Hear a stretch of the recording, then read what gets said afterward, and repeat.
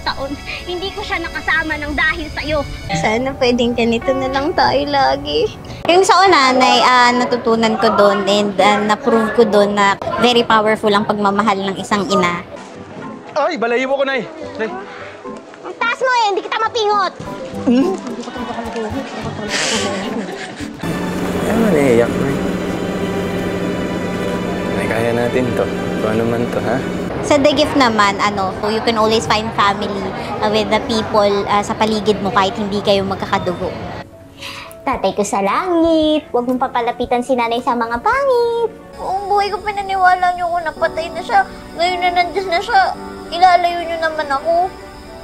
Bakit, Nay? Bakit ayaw niyo ko maging masaya? Little Princess is, dun sa story, diba, hindi kilala ni Princess yung tatay niya.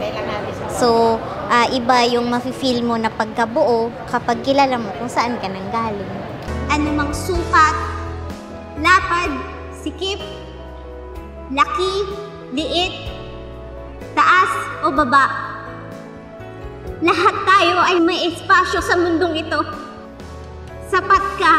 Si Lilet Matias is, no dreamer is too small and no dream is too big. Sino nga namang mag-aakala na ang isang katulad ko pwedeng tingalain? Pwede pala. Lahat posible.